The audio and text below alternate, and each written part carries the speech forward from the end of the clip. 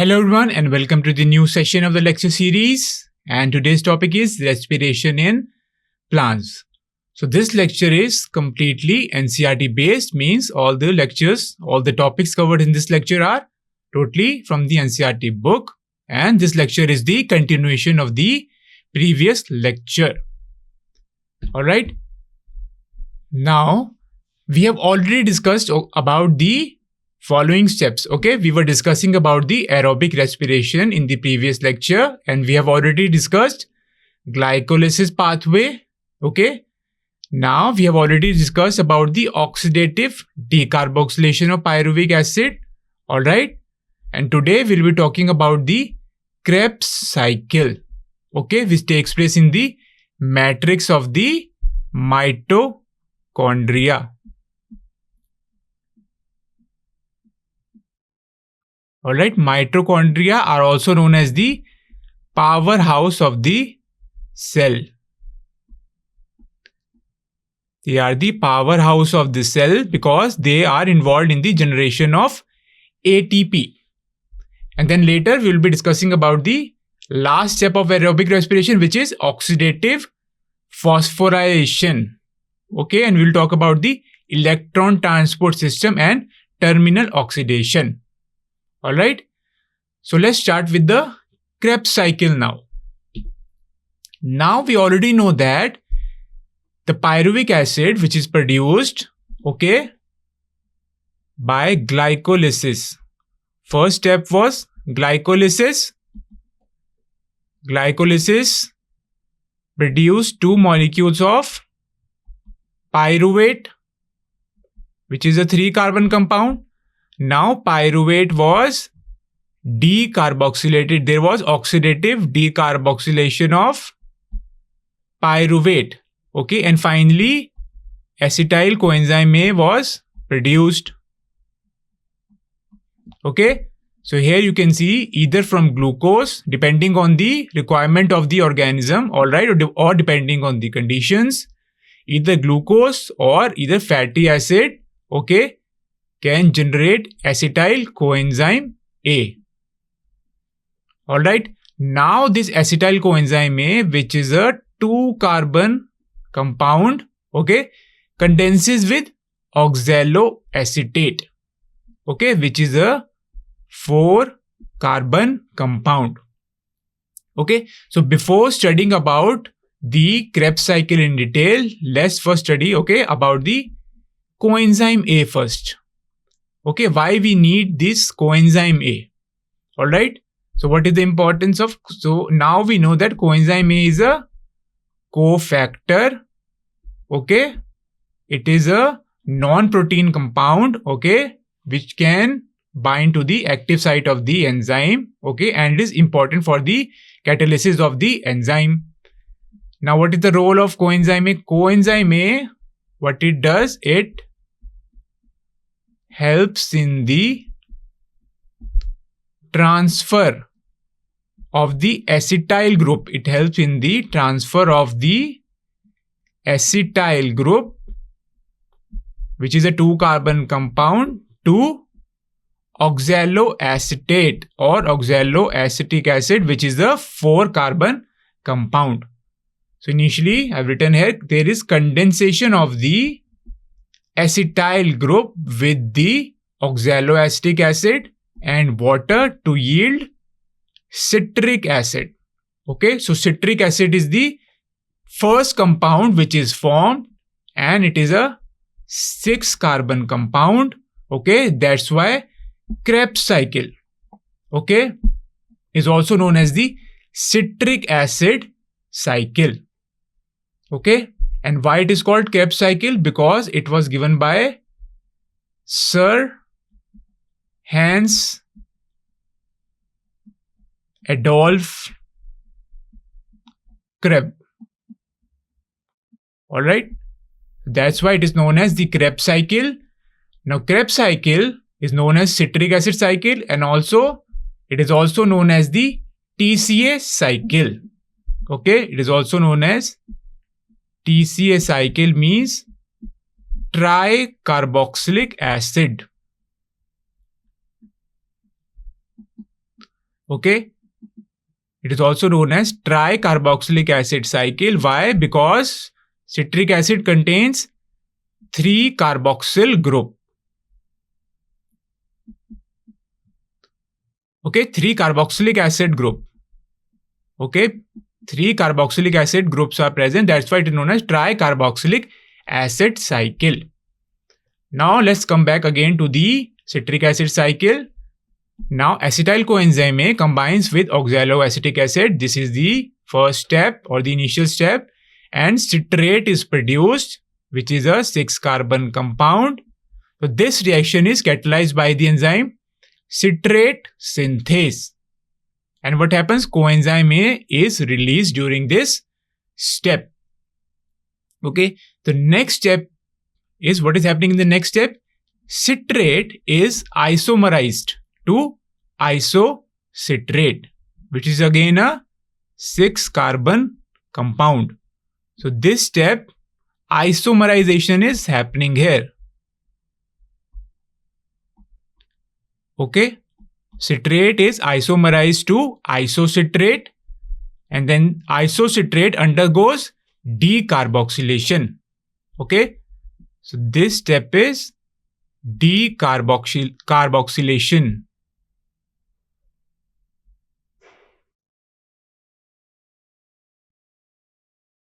And what happens during decarboxylation? Carbon dioxide is released.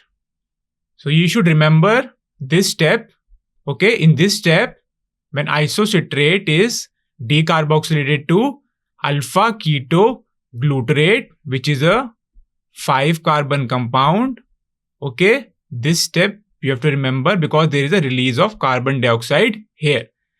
Another thing here to remember is that NAD, okay, which is a coenzyme, is converted into NADH. It is reduced. Alright. Now again, alpha ketoglutarate, also known as alpha ketoglutaric acid, is, okay, so this one is further converted into succinyl coenzyme A first. Okay, so again this step, decarboxylation is occurring here. Decarboxylation again means there is release of carbon dioxide molecule. Alright, but what happens here? There is addition of a coenzyme here again. Okay, that's why succinyl coenzyme A is produced. Another thing to notice here is that NAD plus, okay, is again converted into NADH. And this reaction is catalyzed by the enzyme alpha ketoglutarate dehydrogenase. Alright, now coming to the next step, succinyl coenzyme A is converted into succinate. Okay, so this succinyl coenzyme A, again 4-carbon.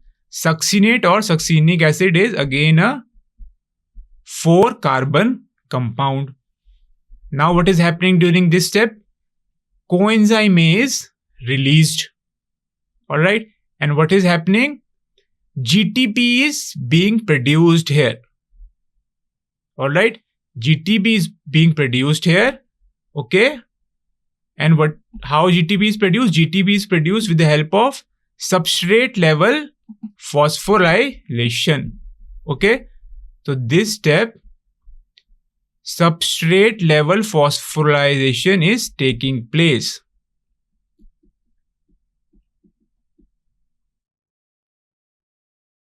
Phosphorylation is taking place here. Okay, now what is substrate level phosphorylation? Okay, it means formation of ATP or GTP by the transfer of a phosphate group. Okay, transfer of a phosphate group to ADP or GDP. Okay, thus forming ATP or GDP. And what happens? There is a transfer of this phosphate group from a high energy compound. Okay, there is transfer of phosphate group. Okay, but you have to mention that phosphate group is transferred from a high energy compound. All right. So phosphate group is transferred from a high energy compound. That's why it is known as substrate level phosphorylation. Okay. Now you can see here there is a coupling reaction. Okay. And what is happening? First GTP is being produced, and what is happening later on? ATP is getting produced from ADP. Okay, so again, what happens in this coupling reaction? GTP is converted back to GDP, whereas ATP is converted into ADP is converted into ATP. All right. And finally, succinate is produced, which is a 4-carbon compound. Now further what happens? Succinate is further converted into fumarate. Okay. And what happens here? In this step, you have to remember that FADH2 is being produced. Alright, from FAD. And this reaction is catalyzed by the enzyme succinic dehydrogenase, or you can write succinate dehydrogenase. Okay. This succinate dehydrogenase is known as the complex 2. It forms the complex 2 of the electron transport chain, or you can write electron transport system. Okay.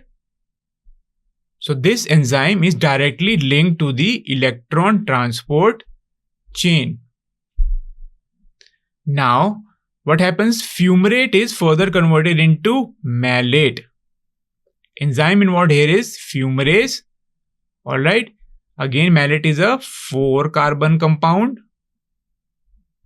And then what happens? There is regeneration of oxaloacetate in the end. And this is very important because of the continuation of the cycle. There is regeneration of oxaloacetate from malate. Okay. As well as there is regeneration of NAD also. NAD plus and FAD. There is regeneration of NAD plus and FAD plus also.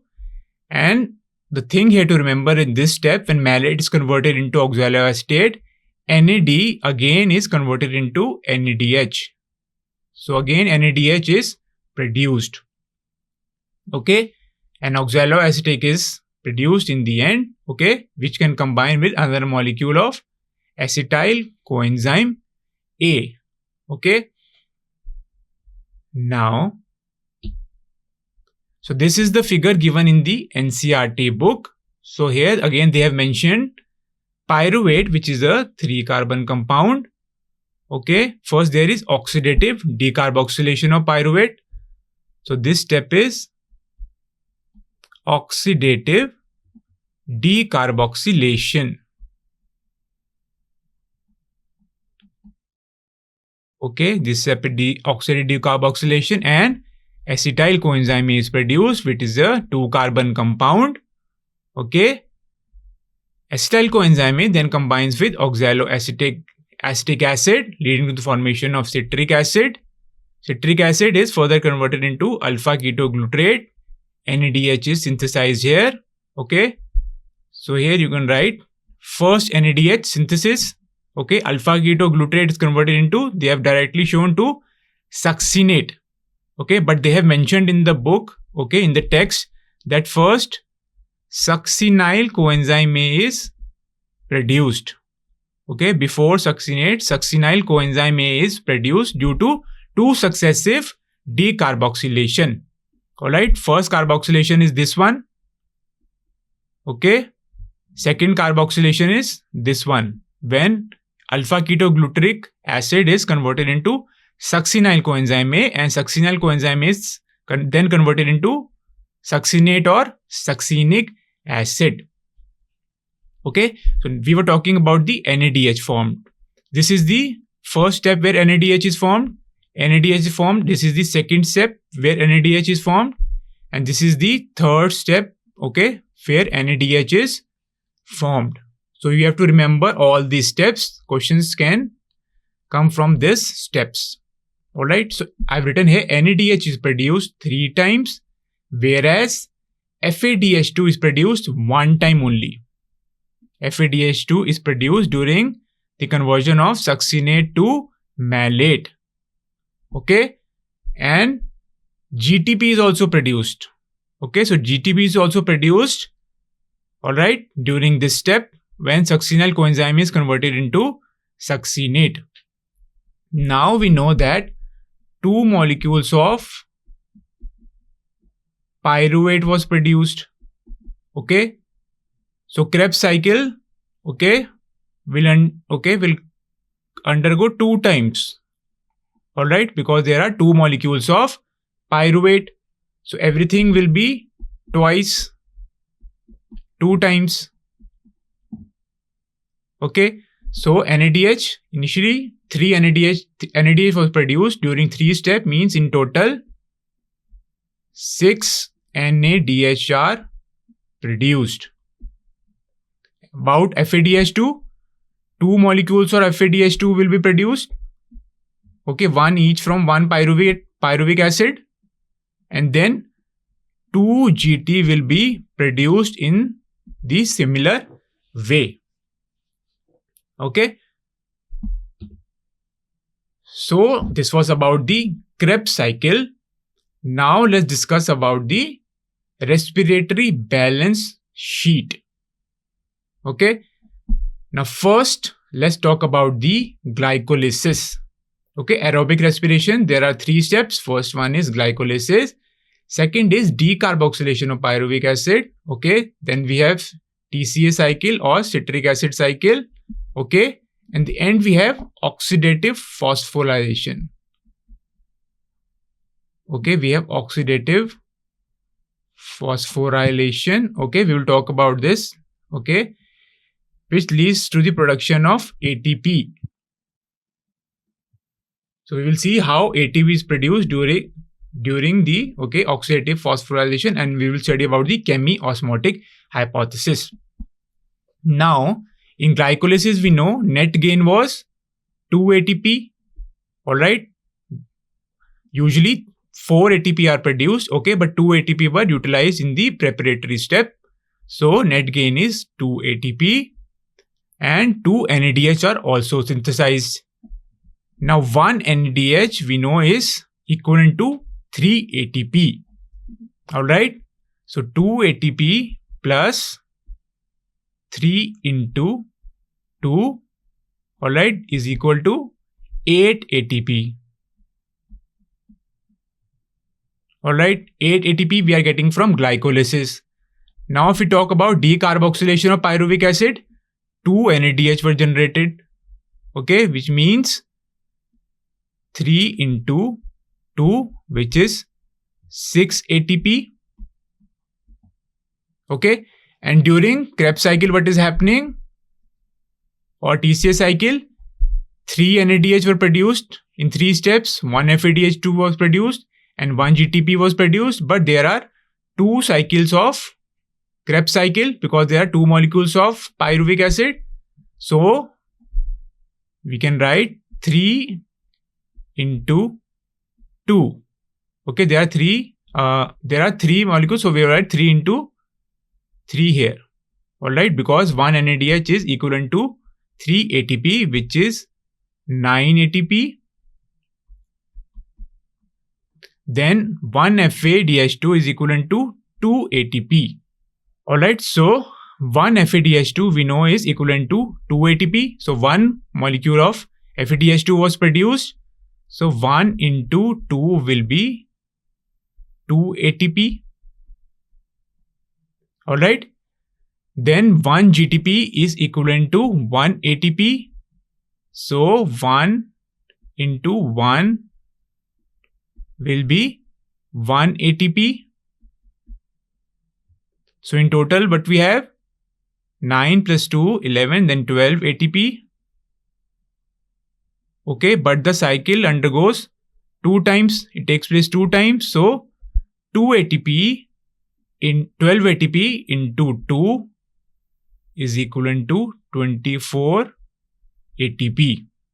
Okay, so 24 ATP are produced during the Krebs cycle.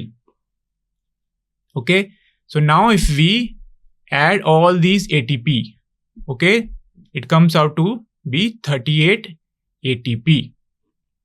Okay, so we say that during the aerobic respiration, 38 ATP are produced. Okay, but one point here to note here is that actually what happens, 2 ATP are consumed. Okay, 2 ATP are consumed for the transfer of 2 molecules of NADH, okay, which was produced during glycolysis. Okay, so 2 ATP are consumed, okay, for the transfer of 2 NADH which were produced during glycolysis, okay, which takes place in the cytoplasm to matrix of the mitochondria. Alright, so, and these NADH, okay, these NADH which are transferred from the cytoplasm to the matrix are used in the electron transport chain later.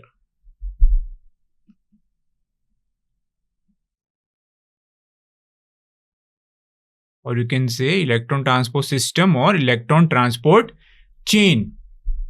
Alright, so what happens during aerobic respiration? What will be the net outcome or net gain? Okay, we had 38 ATP. Okay, we had 38 ATP. Then 38 minus 2 ATP were consumed. So we have 36 ATP are generated during the aerobic respiration.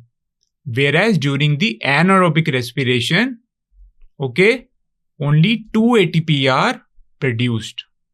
Okay, if we talk about anaerobic respiration, in anaerobic what happens? Only 2 ATP were produced. Alright.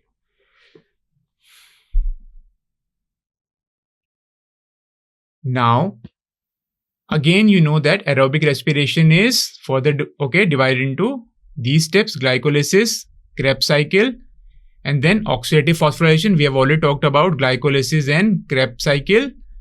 And now we'll be talking about the oxidative phosphorylation. Okay, and we'll be discussing about the electron transport system. So in this lecture, I will be giving you a brief introduction about this topic, and later in the next lecture, we'll be discussing it in detail.